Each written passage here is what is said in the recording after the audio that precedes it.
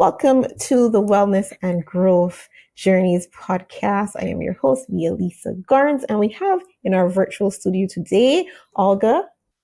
Czerniawska. You see, there's no way that I was going to get that right. Pronounce it one more time. Czerniawska. Yes, so it's going to be Olga for me then, I see. So, Olga, this is what drew me to you. You said that you work with professionals who have anxiety, right? And I was like, that is actually such a unique niche to kind of say, yeah, you are a professional, you have anxiety. Here, look, me, I can help you out. So I found that interesting, and I wanted to kind of, I guess, dive a little bit deeper into that. Now, your bio on LinkedIn says online holistic counseling and psychotherapy with a focus on mind-body interconnection for dedicated professionals struggling with anxiety and worries. Okay, so let's get right into it. So I'll go for women over 35. This is who this podcast caters to, and who often juggle multiple roles and facing high pressure environments.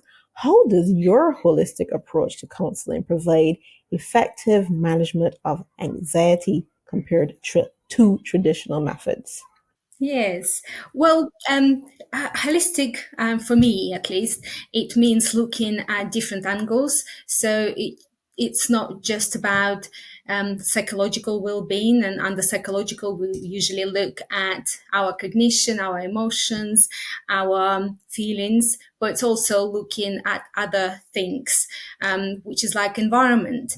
It's about relationships, it's about health, because sometimes the health can impact on our well-being and another way around. Our stresses levels can make us physically unwell. So that's how my interest is around mind-body interconnection, because one can influence another on many different levels. So that's why I'm looking at everything, which includes nutrition, health, environment dimension, psychological well-being, everything people feel about themselves, self-awareness, self-esteem, confidence, but that's under psychological really. And how people take care of themselves, which is about our body, how we relate to our body. Do we respect it? Do we take care of it? So yes, and of course I'm doing my best to address the root causes of the problems rather than just managing the symptoms and hopefully preventing recurrence. It's true, isn't it? It's true how the environmental factors could affect you. The mental side of things too, because you might be worrying about something in particular, and you find that you just have a headache that would not go away, or you have like a back pain, or shoulder pain, or neck pain, and you're thinking, maybe I need to go see a chiropractor or something, when really and truly it might be something that is stressing you out a little bit, and it's on your mind. So I do like the term holistic, and I do like that type of I guess treatment, quote unquote, because yeah, you want to treat the whole thing, and you As want to much as get deeper. possible. Yes, deeper, the root of what it is really, that medication might not be able to help with. So I do like the term holistic and whole, and that type of view about health. So, because just to add a little bit, so I'm trying to go deep into the roots, of course, but obviously it's important to go broad as well, to look at all the aspects of our lives, because as we age, and maybe I'll talk about it later if the opportunity comes up, the age does change ourselves, like priorities change, our energy levels change, therefore the possibilities change. So it's going deep and it's going wide. Can you explain? Now, this is something new for me. It's Kundalini. Mm-hmm. Yeah, Yeah, can you Kundalini. explain? Yes, can you explain to me how mind and body techniques like Kundalini yoga are integrated into your therapy sessions, and what kind of benefits might they offer to professional women dealing with stress and anxiety? So, I guess maybe an explanation of what it is and then how you integrate it into your sessions and the benefits that you see from it. Well, there are different types of yoga, and Kundalini yoga, of course, uses asanas, which is really the postures that we have in our bodies during the yoga practice. But Kundalini yoga is more about our energy. It's about our chakras. So not necessarily I talk to the clients about chakras, but combining chakras, which is Eastern perspective of the way we function, and combining psychotherapy, which is Western perception of well-being and functioning. When I put them together, they do make sense to me.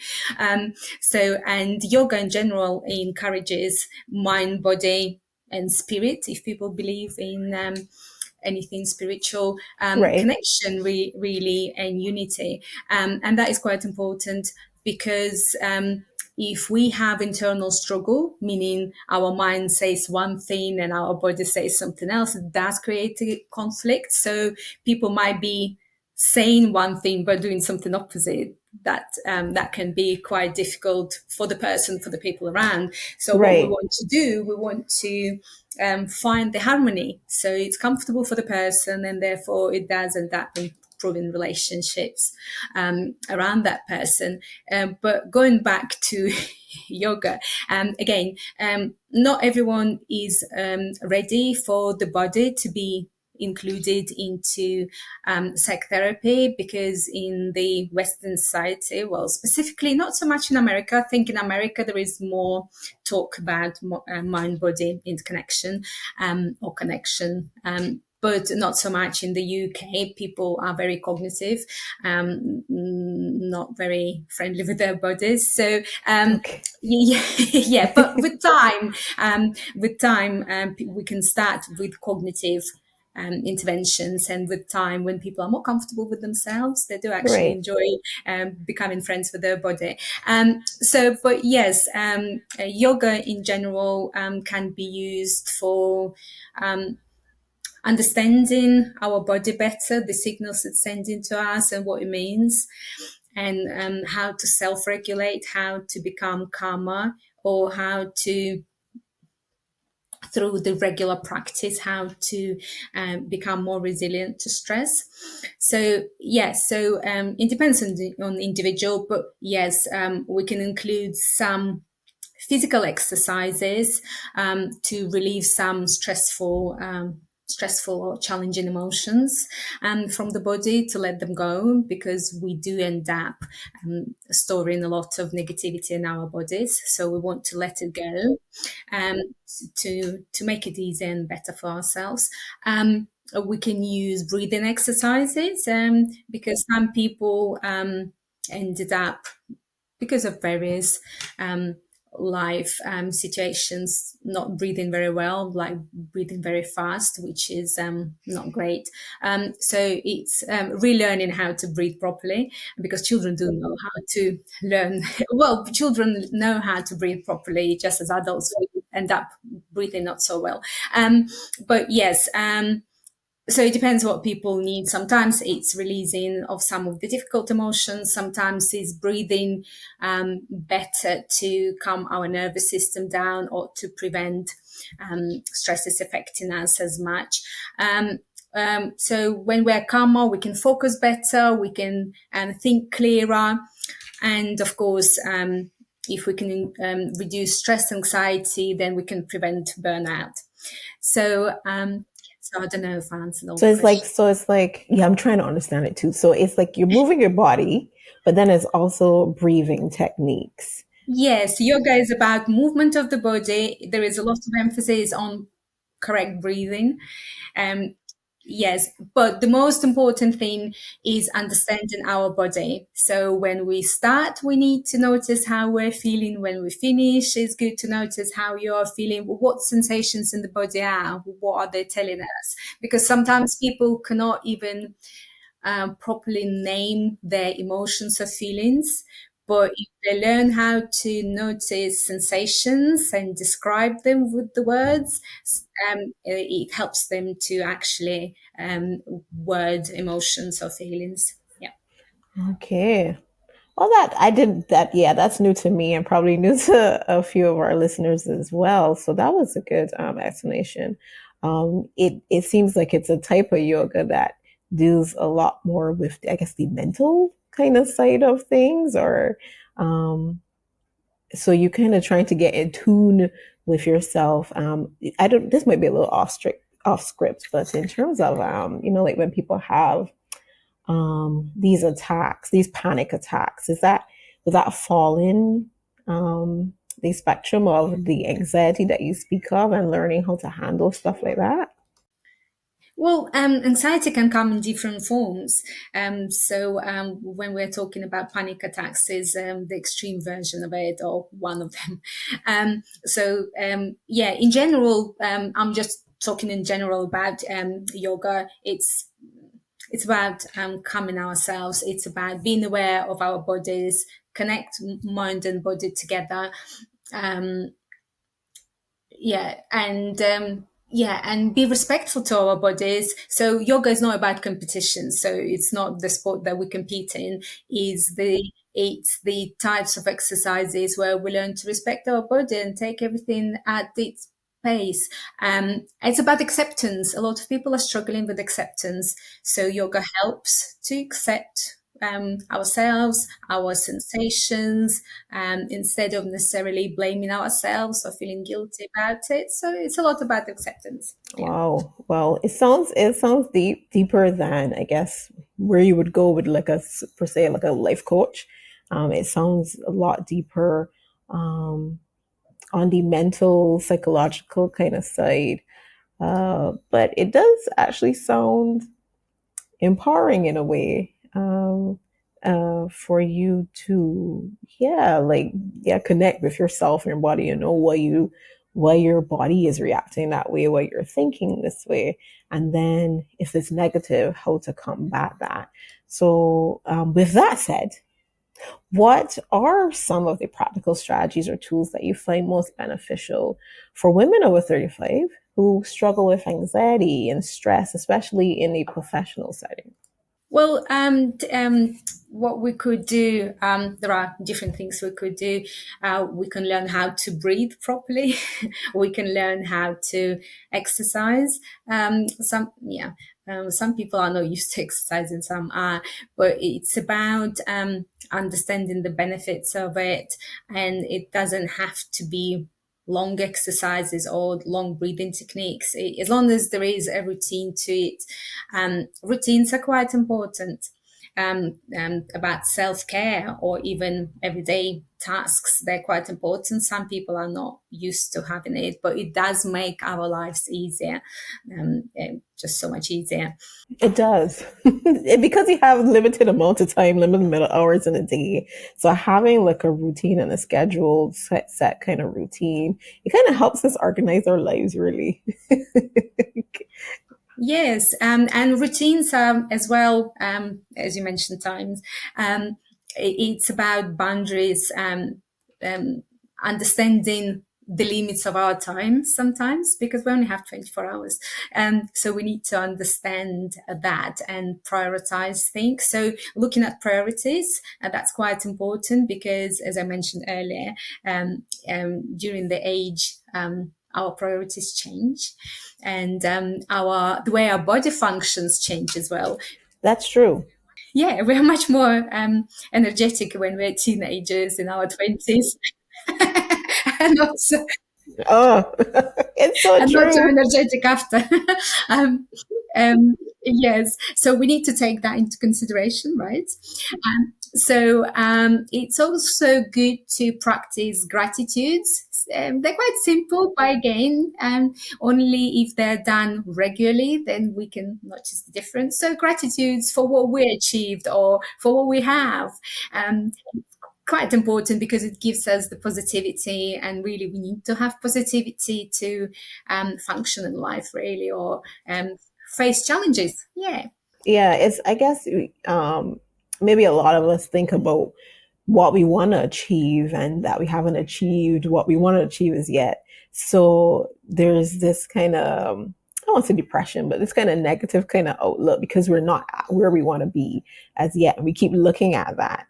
And not really, just what people say, stop to smell the roses, stopping to smell the roses, stopping to see how far we've come and what we've achieved already. And it's really good to do that. I was talking to a friend of mine, and I was telling her when I look at my CV that I send out for like job applications and stuff, I was like, this girl, she's amazing. She did what? And she did what? And so yes, I do think, and it's really a good thing to really stop and see where you are in life and how far you've come and everything you've achieved. And it might not be where you want to be as yet, but it doesn't mean that you can't appreciate what you already have. And it could be difficult because you have your mind and your heart set on like I don't know, I have to have a house, I have to, I'm getting old now, I have to have kids, or I need to be married. Like, so you kind of get, I guess, lost in those tasks that you haven't achieved as yet. So much so that you don't really look at what you've already done and achieved, and how you've lived your life, and friends you've made, maybe the places you've gone, your studies, and so on, the jobs you've had. And yeah, it's good to look at all these things. Yes, yes, but it's not only throughout the life, it's on everyday basis, because if we are faced with some stresses or challenges, it's good to acknowledge what went well that day. Maybe we had a phone call, which we usually take for granted when we don't appreciate, but it's good to acknowledge at the times when it's difficult. So it does help people to go back to positive mindset. Yeah. Diet and nutrition is quite good, because I just wanted to mention it very briefly, because obviously it's a big subject. But when people are stressed or anxious, well, it's another level of stress, really. It's important to understand that during that time, the body is consuming more vitamins than usual. So we need to adjust our eating sometimes to help our body to recover. I did not know that. Yes, so So when you're stressed, your body takes the vitamins. I don't know if all of it, because I'm not a nutritionist, but I know certain ones. It definitely does consume more. So it does consume more of calcium, vitamin D, B, and I think water as well, one of it. Yeah, so it's important to know when we're stressed. We need to be aware of it a little bit more so we can help our body to recover. Yeah. Right. And some of us do have strange cravings too when we're stressed. I know some people don't eat, which isn't good, but then I know that we might tend to want that feel good, like we're stressed out, so we want to have that feel good. So we're gonna go to food, which is not normally not good food. We're gonna go to the junk food or the sweets, so that we have that, quote unquote pick me up. So interesting. Interesting. So in terms of can we talk about nutrition, but I think you also mentioned exercise. So in terms of diet and exercise, and you mentioned a little bit about what we eat in terms of the when it comes to anxiety, but how does how the two of them, diet and exercise, how does it play a part, or what role does it play in managing anxiety? Mm. Well, certain vitamins and certain foods are specifically good for our stress levels or managing stress levels, good for the brain. So, like, I or nervous system, which is quite important. The stronger our nervous system, the better it is for us to manage the stresses. So vitamin D, that is quite important for the nervous system. Omega-3, which is found in fatty fish and walnuts, for example, and whatever. So that would be quite good for our brain and helping with the stress levels. Vitamin B, there are different types of vitamin Bs, but that one is found in eggs, dairy, and meat, if people eat meat. Magnesium is quite important. I think magnesium was one of those things that are consumed quite a bit under the stress. So we need to have very varied diet, especially under stress. I mean, stress is part of life, but it just depends how much we have of it and how often we have of it. That makes the biggest difference. So to acknowledge it, to notice it, that's quite important, and then take the steps that are necessary to help us recover. And obviously, exercise is useful to release some hormones, for example, endorphins, which are good Yes, for the happy hormones. I think it this. increases the mood, but exercise as well, depending on how we look at it. But some experts suggest that if we have very busy, anxious based life, it's good to have the exercise that would be the opposite to that. So would be like stretching, because stretching is quite important to relieve stress from the muscles, because if our Okay. muscles are tense, then we don't have good blood flow, and obviously can lead to complications and problems. Right. And that's not a thing that really is pushed. Like you see like a lot of workouts and everything, but they don't really push the stretching bit. Stretching is the opposite to running, isn't it? It Yes, the helps you to cardio. Right, calm right. down, and it encourages different breathing again. So it's good to do something opposite because it will help with the balance. And I very strongly believe in balance in everything. Nature likes the balance. For example, yoga would be encouraging partially stretching, partially strength building in the muscles. Okay. But again, so stretching is one of them, yoga is another one of them, but anything that will be opposite to running and doing the things that people might be doing too much in their work life or home Right, life. Yeah. right. And a lot of it is sitting down, to be honest. Well, if people are sitting down, maybe then they need to do the running, maybe. but just I suppose just be careful, because we the way our body reacts to stress is different to the way we on cognitive level perceive the stress, isn't it? So we might think, oh, this is not stressful, I can deal with it, but actually the body might still find it stressful. So just be aware of what can be the slower pace exercises that will encourage to slow down, to pay attention to ourselves, be kind to ourselves. Yeah. Well, okay. Well, are there any, I guess, actionable tips that, we women could possibly implement from today that would help us kind of on this journey of, I guess, balancing quite stressful professional lifestyle? Well, I think it's important. Two things are definitely important. One of them is sleep. Um, Pay attention to sleep, because sleep, if we lack sleep, then it affects on a negative level every single part of our body in the same in the same way or similar way the stress does. So basically, the stress affects us negatively. Unless it's occasional and motivational, whatever. But a lot of stress or prolonged stress, it's no good. And obviously, a lack of sleep, again, sometimes we do have times when we sleep a little bit less. But prolonged or regular lack of sleep, it does affect our body negatively. Again, so both of them affect everything, our brain, our body, our moods. So those ones are to look out for.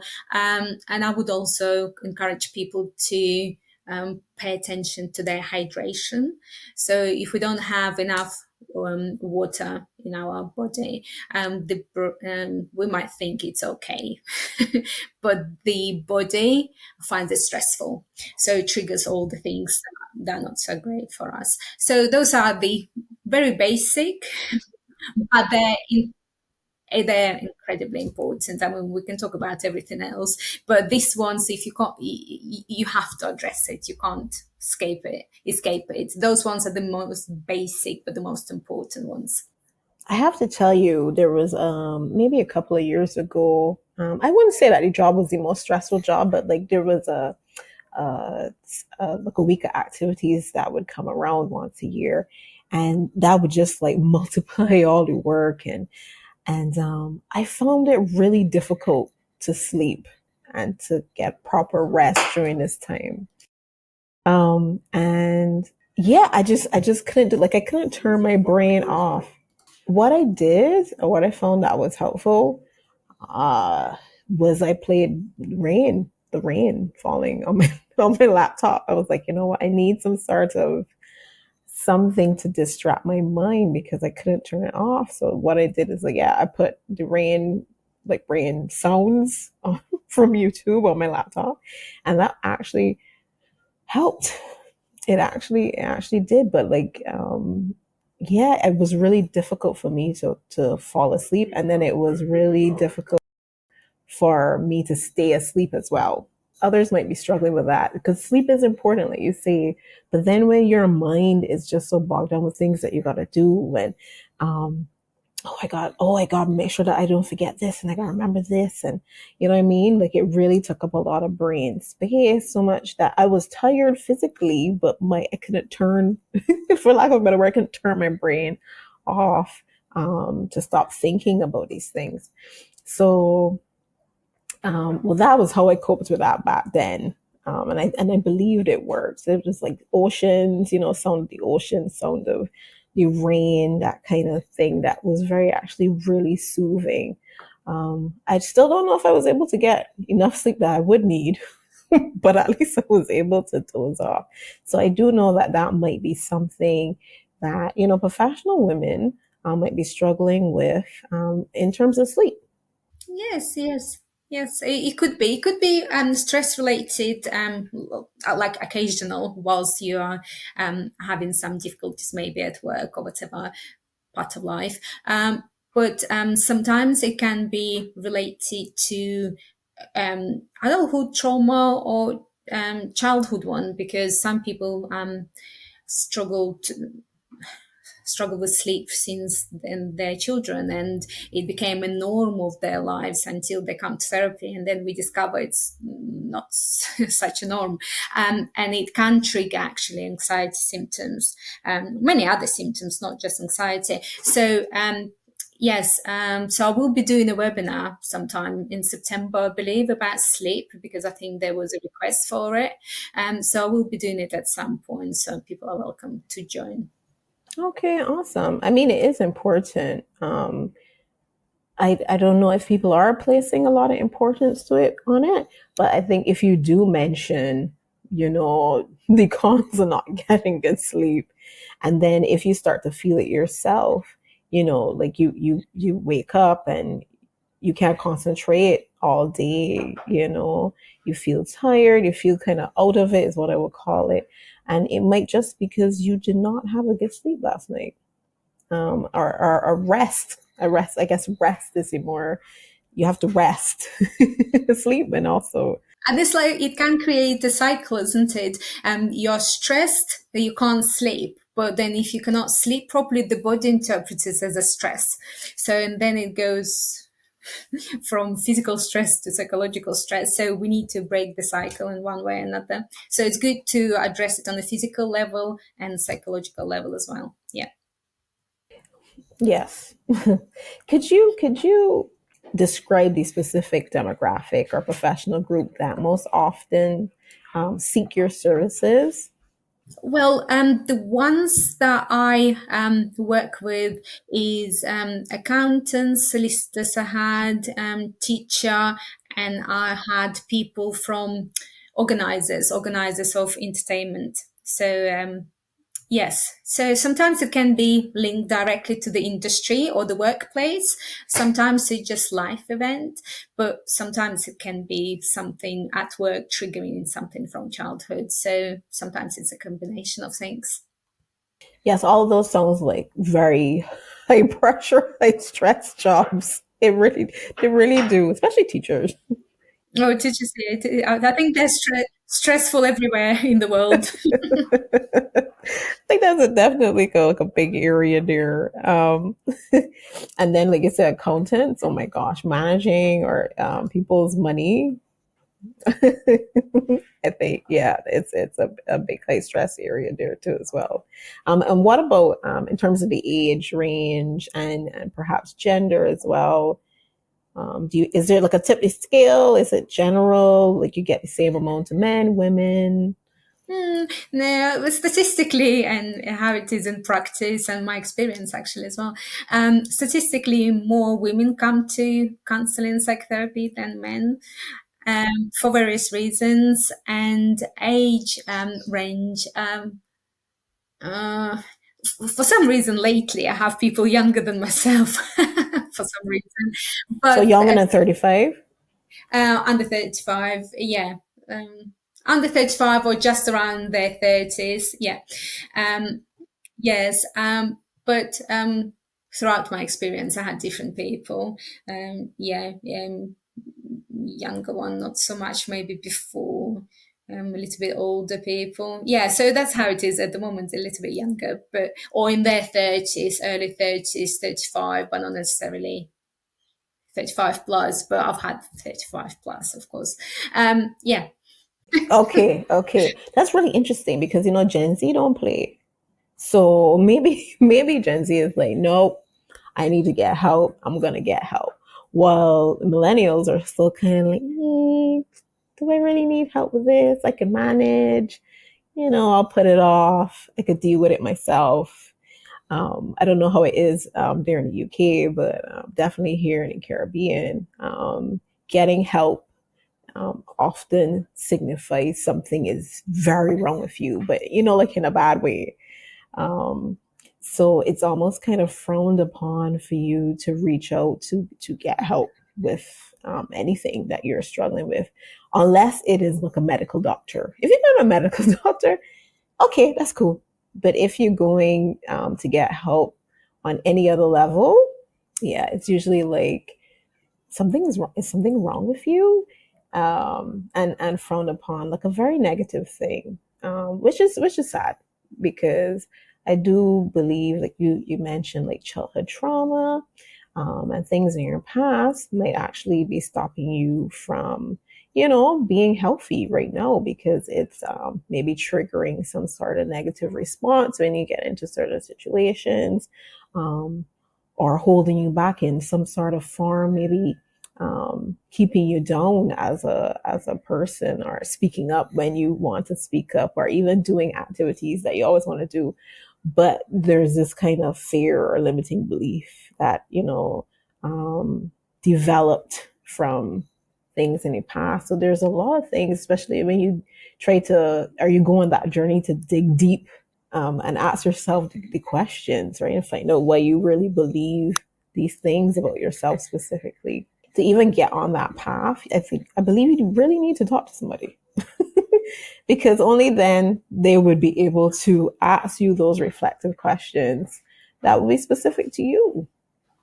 Well, it's there is a lot of misunderstanding, maybe, or not enough knowledge going around about counseling psychotherapy. So yeah, so some people think, oh, yeah, that might be about prescribing drugs. No, I don't do that. Or yes, it might be for someone who has bigger problems, and I don't have so big problems. Or oh, it will be, if I start therapy, I will be there forever. Or Oh, if I, I, I get you. I get you. yeah, Uh-huh. so the list goes on. So I think there is not enough. maybe knowledge about it. So, that's another reason why I'm going to be running this Saturday a webinar, question and answers about counseling and psychotherapy. So I will introduce myself and then leave the space for people to ask question and answers. Yeah, if they want for themselves or for someone they're already supporting as part of their work or as part of their family. Yeah, so it just answer the questions so people can feel at ease or easy. Yeah. Because a word like psychotherapy, the word Yeah. itself, psycho Yes. It's and therapy. therapy, Yeah. and then you join them together. So it could seem quite daunting, or maybe even I don't want to say scary. It might not be as say scary. Yeah, I'm seeing a psychotherapist. And wait, what? What is wrong? So I'm glad that you're doing a free webinar about that. And I'm glad that we're doing this podcast as well, so we could talk about different, I guess, therapies or different options for professional women when it comes to dealing with life. Let me just put it down as that: dealing with life and anything and everything that comes at us while we are here on Earth. Yes. Uh, so, how do you now adapt your holistic counseling and psychotherapy to meet the needs of professional women? And you know me, particularly those over 35. I think 35 is a good one spot for me, because usually that's where women tend to be, I don't want to say set when it comes to career wise, but they kind of figure out what it is that they want to do to the most point. Because my whole story about me switching up, not really careers, but like my trajectory is, that came after 35. But 35, you kind of like, okay, well, yeah, I want to have kids or not. I want to get married or not. So you kind of have a little bit of idea of where you want to go, and, who you want to be. And yeah, you need help along the way, but I find that's a really good age, and that's when things start to change for you, and that kind of stuff. So speaking to professional women, 35 and over, how do you adapt your counseling and your psychotherapy to meet their needs?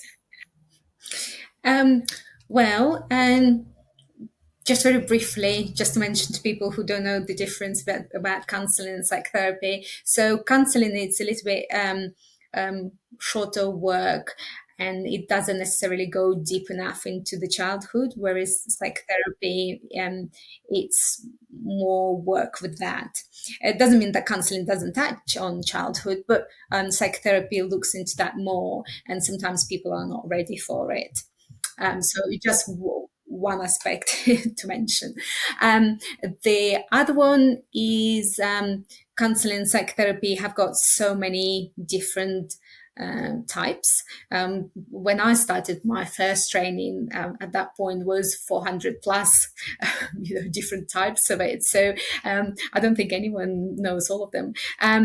But yeah, the reason I'm mentioning this is because obviously there are different schools or types of therapy. There are different theories around it, isn't it? And one of them, well, the one that I know, in my last training, looks considers a lot the age, because certain age for mirrors other certain age in our life. So, for example, 35 to 42, for example, mirrors the age of us being 0 to 7. And around that. So, yeah, so when we come to therapy at the age of 35 or 36, or when the clients come to therapy around that age, it's always good to look what was going on for them from 0 to 7. Because some feelings, emotions can be brought up, like loneliness or insecurity. So it's good to look at now, and it's From also that look young. and Okay. and also look at what was happening at that age as well. So just interesting Interesting. to know. Yes. So there is a lot to consider at any age. But again, if we look at this particular theory, the age has a role to play in our lives. So from 35 to 42, for example, according to this theory. Our health changes, for example, from about Interesting. 37, we might start having some difficulties, and therefore it will have an effect on our mood, our surroundings, our priorities. So it's good to acknowledge. And this is men and women? Men and women. Yeah. Just in Okay. general. Yeah. So sorry. I know you focus on women, but this is just generic. So it will apply to women, of course, too. Um, yes. And again, with age, for some people, the questions around death could come up. That could be quite scary for some people. Yeah, it could be for many reasons. Maybe someone is dying in their family, or they start looking after someone who is maybe close to death or going that way. Or yeah, various reasons or health problems could bring up those thoughts. So people might find it quite scary, quite lonely to cope with or share with someone. So yeah, it's difficult times. And as I mentioned before, I think priorities change.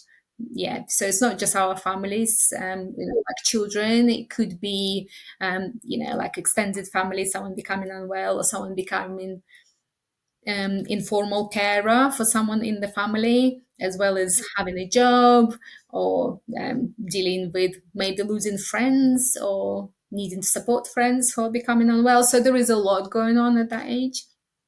Yeah, and of course, there is always cultural expectations, isn't it, around certain things, especially for women Oh around my gosh, the relationships. pressure, right? Yes. The relationships, the household, the career. Yeah, so those are the things that we need to consider. And of course, how to fit in routines and all that. Yeah, so routines are quite important. So some people are brought up with them, which is great. And the people who don't have them, it takes a while to develop and stick to it, but it does make a difference. And some people abandon them. Oh, which is not Because helpful. Which is not helpful. some people abandon them, especially like if you were maybe grew up in a strict household. Um, you know, perhaps you're like, oh no, when I get on my own, I'm not, I'm not doing this. Yeah, so But we can change them. We can change them. We can abandon what no longer serves us, and we can adopt what will make our lives better. that's true. I was on a side note, I was talking to a lady today, a nurse actually, and she was telling me we had a conversation about diet and food and that kind of thing. And she had impression or from her experience that this generation, our generation, is dying a lot younger than the previous generation. She's saying she sees a lot of older people, living, 80s and 90s, and the healthy and strong kind of thing. Well, the younger generation is dying out much earlier, and she boiled that down to one thing, and that was just diet. um, and so we got into, like, the older generation, like the women normally stayed home, right? So like my grandmother, my great grandmother, they would stay home, take care of house, they would cook at home, and they would cook what we would call like ground provisions, like yam and cassava and these supposedly go up healthier foods that don't necessarily taste as nice, but they used to cook with these ground provisions, as opposed to now, right? With women being at work, and so when they get home, they're like, oh, you know what? Cooking is out the window.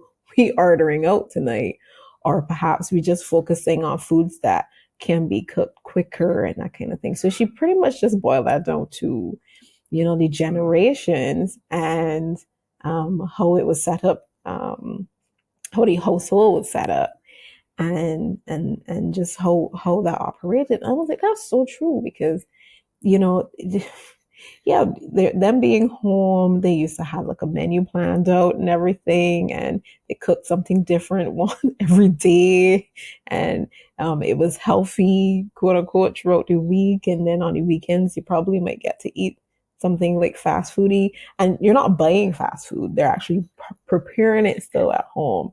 So you get like, home fried chicken or something like that, and you would have that on like maybe just Fridays or Saturdays, as opposed to no, right, where um anything goes really. Depends on how you feel and what you could cope with and all that kind of stuff. So you speaking about that made me remember our conversation and just what she observed, and we pretty much started to reminisce about, you know, how it was then. But then there is more to add to it. Um, just a little bit off the subject is nowadays more chemicals are used to produce food, isn't it? So that is not so helpful. I mean, we can cook food, but if it's not grown well enough, then it's a problem. And then of course we now know more about stress, and since we have more stress now than before, I think that contributes to poor digestion, for example. So yeah, so and the list goes on. So there is a lot to consider, but food is quite a big chunk of what we need to look out for. Yeah. Okay, okay.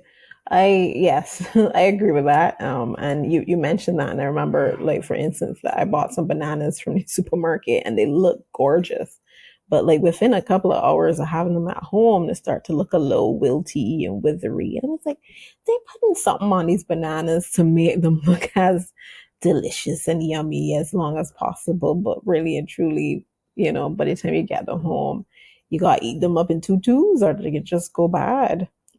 So yes, it is it can be quite a challenge too when it comes to, yeah, eating, I guess, healthy and maintaining that kind of healthy lifestyle within, you know our routine and our time limits and everything else that we're juggling throughout the day. Not as an excuse, but it is definitely a challenge and could be stressful if you think about it, especially if you have kids and you're like, well, I want to make sure that they eat healthy and they get all the vitamins and all that kind of stuff.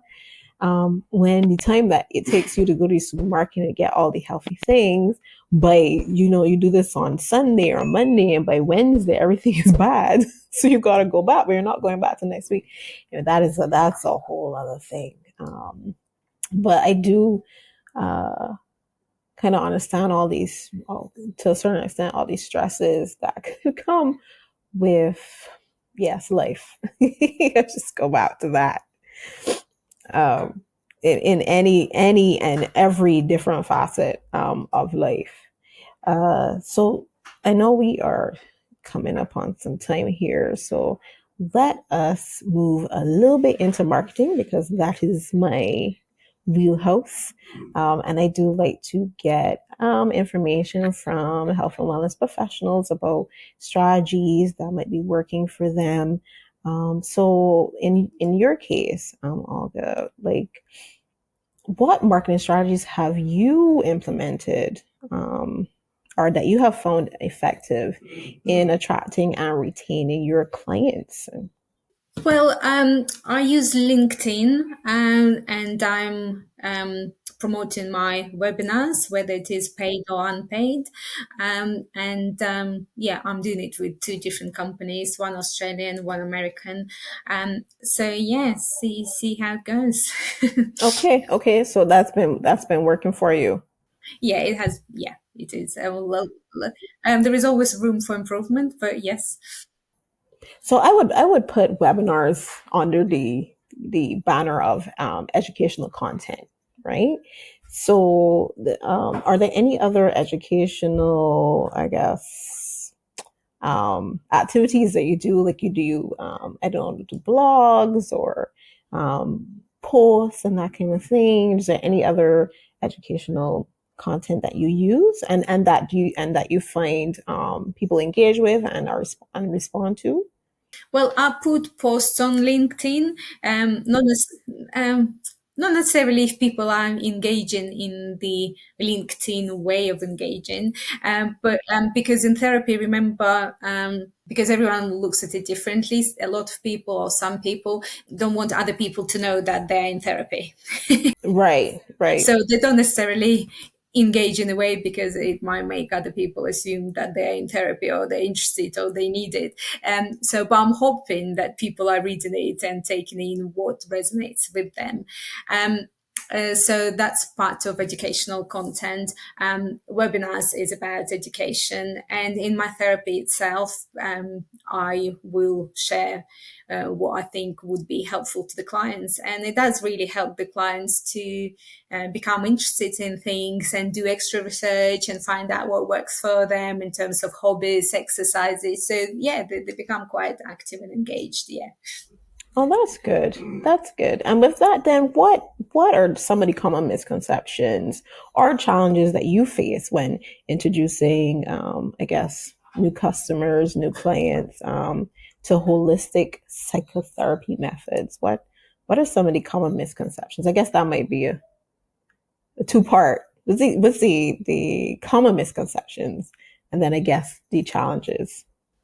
I think maybe I mentioned a little bit earlier what it is because Britain is quite um, into cognitive based therapy. So it's about, like, for example, CBT, it's about how we can use our thoughts and or cognition to change our emotions or our behaviors. So it's kind of what in therapy is called top down process. Whereas if we engage the body, it's about bottom up process.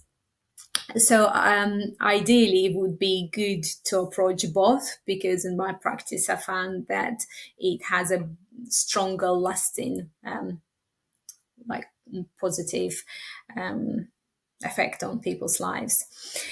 But people are not necessarily ready to engage their body straight away.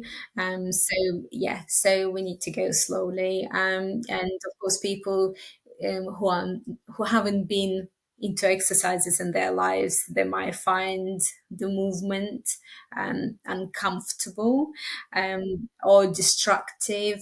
So we just have to.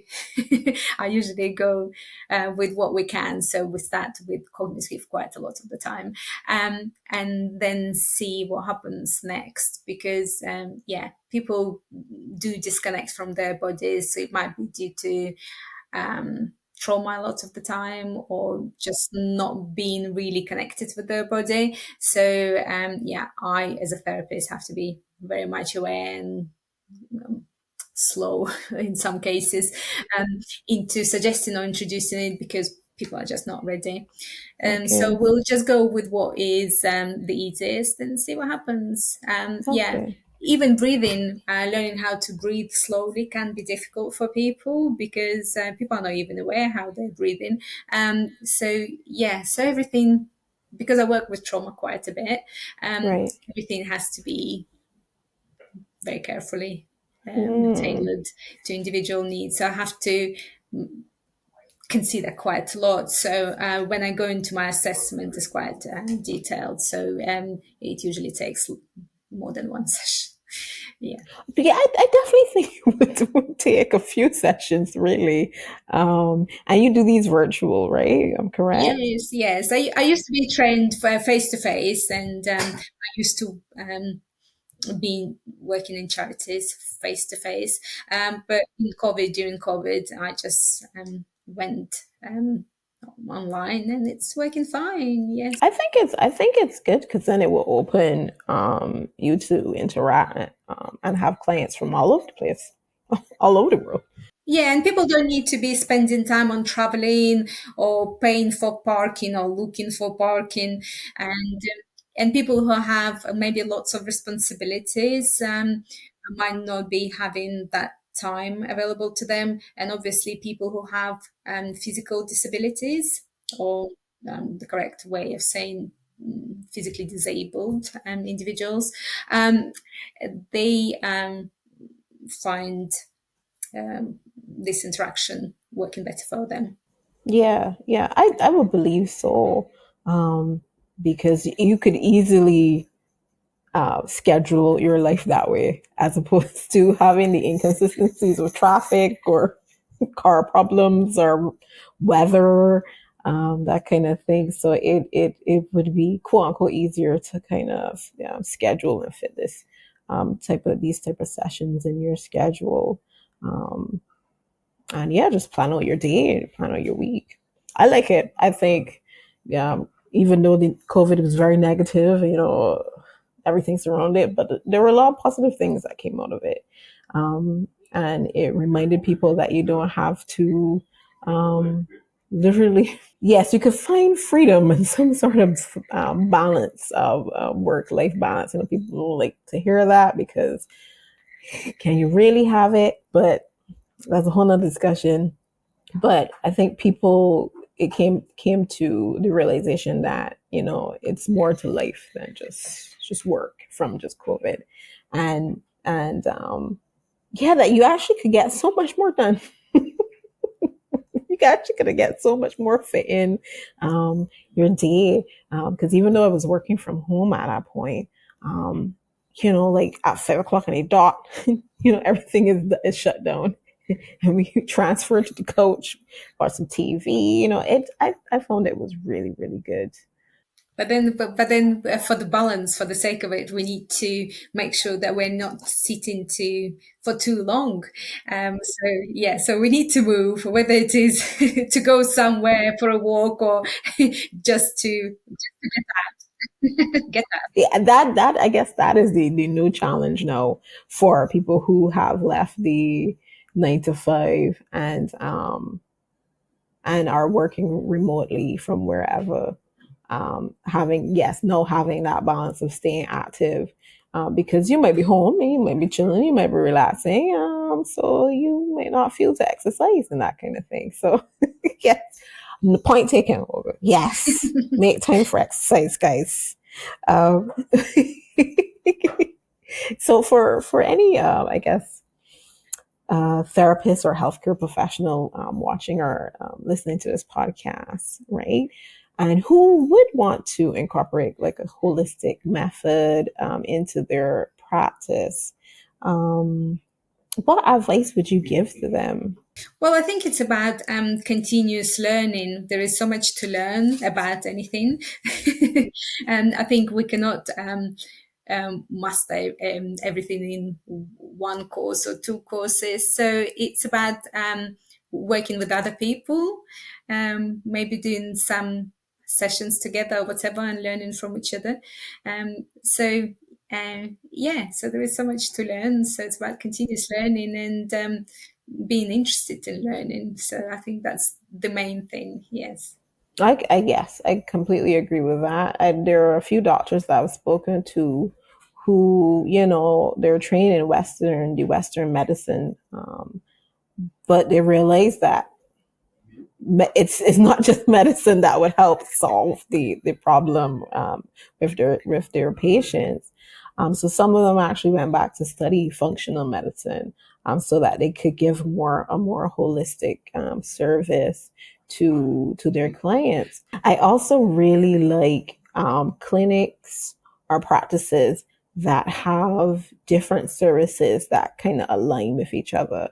So, for instance, you go with your OBGYN, right? Who also has services for like menopause management and weight loss, and sexual health, but more on the pleasurable side of the sexual health. So, like, it's like I don't want to say a one stop shop, but pretty much like a one stop shop where you could go and have a more well-rounded kind of experience. So yes, I do agree with having a holistic approach, or at least trying to incorporate a holistic approach within your practice. And it's good to connect with others. Yes, and learn from others and share my learning with others. It's cool.